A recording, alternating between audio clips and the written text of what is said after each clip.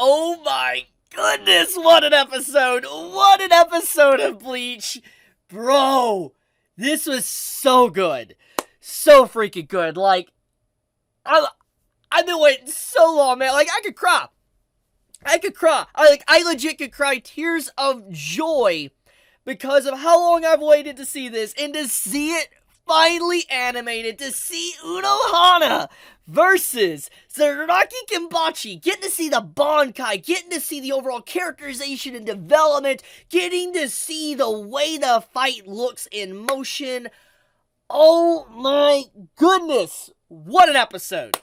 What an episode of Bleach, and I'm going to say it. I think they surpassed the manga. I really legit think the way this episode is done, it surpasses the manga and gives just so much clarity to the fight. And oh, it's so good. And, one of the things that when it comes to Bleach or Tite Kubo, as a writer, he's really good at making fights. Like, he is so good at making fights and making them very hype. I think everybody can agree with that. Collectively, we all can agree that Tite Kubo makes great fights. And this is one of those fights that's just amazing because obviously with the revelations of Unohana, finding out that she was kind of like the original Kenpachi, to, finding out a little bit about Kenpachi in this episode, to just get to see the Bankai and the clash of these two captains, it's just an incredible episode. It's hype-inducing because it's like one of these individuals are not going to walk out of here alive, and we obviously know the victor, Kenpachi, won, but it doesn't change the fact, though, the way the episode is just done, it's so good, and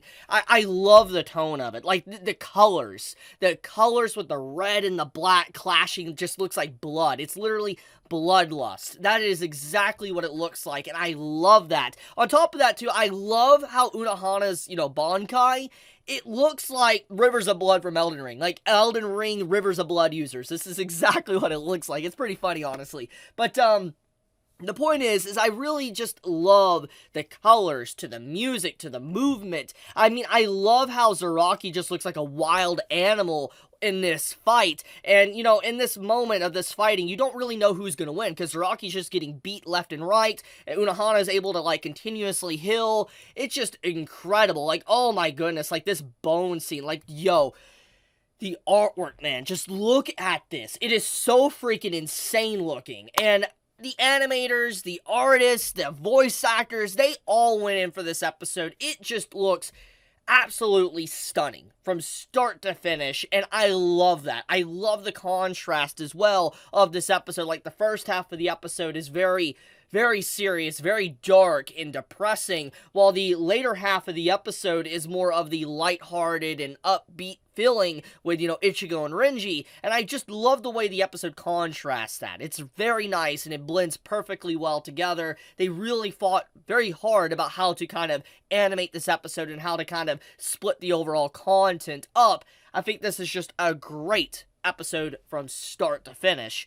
Now, let's talk about the development and characterization of Zaraki Kenpachi and also Unohana, because we have two powerhouse characters, Zaraki and Unohana, that go at each other, and we have learned a lot about Kenpachi as a character with this episode just alone. I mean, we've always seen him since his introduction. When his character was first introduced, he was someone that limited himself with an eye patch. That's how he kind of almost lost to Ichigo at the start of the fight, and then he had to take it off, and then he fought Ichigo, and then he lost. And then we now found out with this episode that the reason why, Zaraki Kenpachi has had these close fights throughout the series is not because of just some arbitrary power levels and scaling that doesn't make any sense. It's that he's always been someone that's just limited himself subconsciously since the very beginning, and it fits so well in line with his character that I absolutely can just, all I can do is just clap. It's that good, because it really fits with his character, always wanting to extend the fight and not end his opponent instantly, because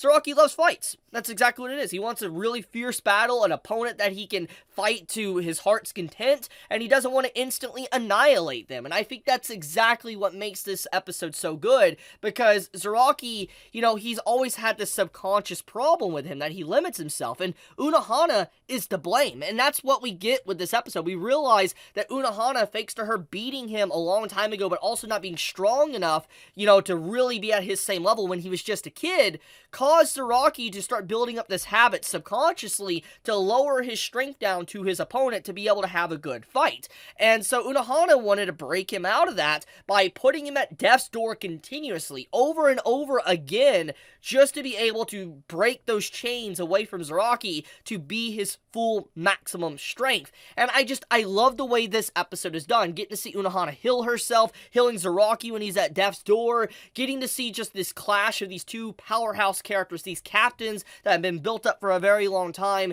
It's an excellent episode, really just getting into the nitty-gritty of why we like Bleach to begin with. Just such an incredible episode. Oh my goodness. Like, I love what the animators did with this fight. It is just, oh, the frames, just everything about this, the music. I could just sit here and just stare and gawk at this for hours. It looks so freaking good. Now, one thing I do want to talk about as well with this moment is that we get to hear a voice, like a female voice starts to talk to Zaraki, and it's very clear what obviously it might represent. I mean, since the very beginning, you know, Zaraki is only used his sword as basically a beating stick. And, you know, he doesn't have a Shikai, he doesn't have a Bankai, and most captains, or basically all captains, they have a Bankai and a Shikai. They're supposed to. But Zaraki was different. He was just so powerful, he was just allowed to be a captain without, you know, having a Shikai or Bankai. But because of his limiter being broken, and now he's able to just go all out, you know, he is now hearing someone talk to him, which is implied it's his sword. So imagine how strong Zaraki will be if he just has a Shikai. Just think about that. He's already so powerful as is. Imagine if he is able to fully use the extent of what his Zanpakuto is supposed to be able to do. That would be insane. And I think that is incredible to think about how strong of a power boost that will be when that eventually does happen.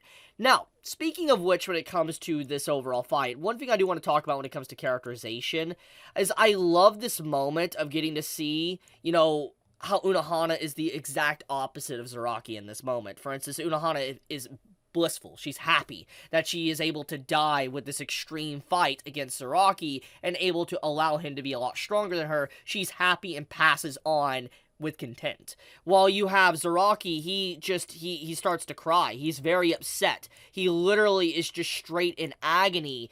And I think that's a legitimate, great way to kind of depict this fight, is that Zaraki wants to just continuously fight. He doesn't want the fight to end, but now it's over. And so he needs to look for someone a lot stronger. It just, man, they did such a good job with depicting all this different type of stuff.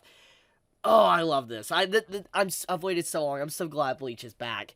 Now, enough with this. Let's obviously talk about the second half of the episode, because as much as I love this, obviously there is a lot going on in the second half that does need to be talked about. So let's move over into, you know, the second half of this episode that is pertaining to, you know, Ichigo and Renji. Now, as for the second half of this episode, it is a completely different tone. For instance, the first half of the episode is very dark, glum, depressing. It's a very, very, I guess, anxious first half. Like, you're very anxious at the edge of your seat to wondering who's going to live, who's going to die. And then we move over into the second half, and we're introduced to this, Squad Zero guy, that he kind of showcases a bunch of girls in this building, kind of find out that the girls that are kind of, like, next to him is, like, Zanpakutos that, you know, are able to be kind of, like, they look human, and then sometimes they're not human, and it's just a very interesting lore-building moment, kind of finding out how Zanpakutos are made, and that, you know, Ichigo kind of failed. He failed as well to be able to actually, you know, get a Zanpakuto or someone to recognize him like a Zanpakuto to recognize him, while Renji, you know, won. He was able to surpass the test. And I think this is a very big eye-opener moment for Ichigo, because obviously even if he has strength, it's still not enough. And so let's talk about this moment. Let's actually talk about what makes this moment so good and why it's important, and kind of what the Squad Zero guy was actually talking about to Ichigo in the first place. He told Ichigo basically to start from the basics, from his very roots. And the after credit scenes kind of imply that Ichigo is somehow back in the human world and all that, and we don't know exactly what's going on here, but we can only assume a few things. Is that Ichigo, he doesn't rely on his Zanpakuto.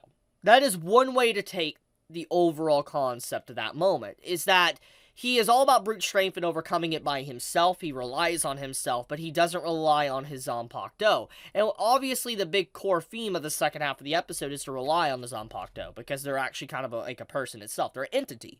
And so Ichigo, obviously surviving that long against these, like, hollowed, like, Zanpakutos. They're not hollowed, but, like, just these unnamed or unchosen, like, Zanpakutos, Ichigo was able to fight for a long period of time without a sword. And so that was the point. Him not being able to need a sword is probably why no Zanpakuto chose him. So that's a big deal right there. I think that's exactly what the episode was implying, that Ichigo needs to be able to accept that just because he's strong, he also needs to rely on help. That's one way to look at it. So yeah, overall, this episode of Bleach, fantastic. I mean, as you can see, it's hype-inducing. Oh my goodness, the next episode's gonna be so good. Speaking of next episode, I heard that next episode's gonna be like over an hour long. That's what I was told. I don't know if that's true or not, but that's what I was told. If that is indeed the case, it is going to be insane. Next episode's going to be insane. All I'm going to say. But okay, I'm going to leave it at that. Thank you so much for watching. If you enjoy my content, please subscribe. It does help me out a lot. And with that, Chibi out.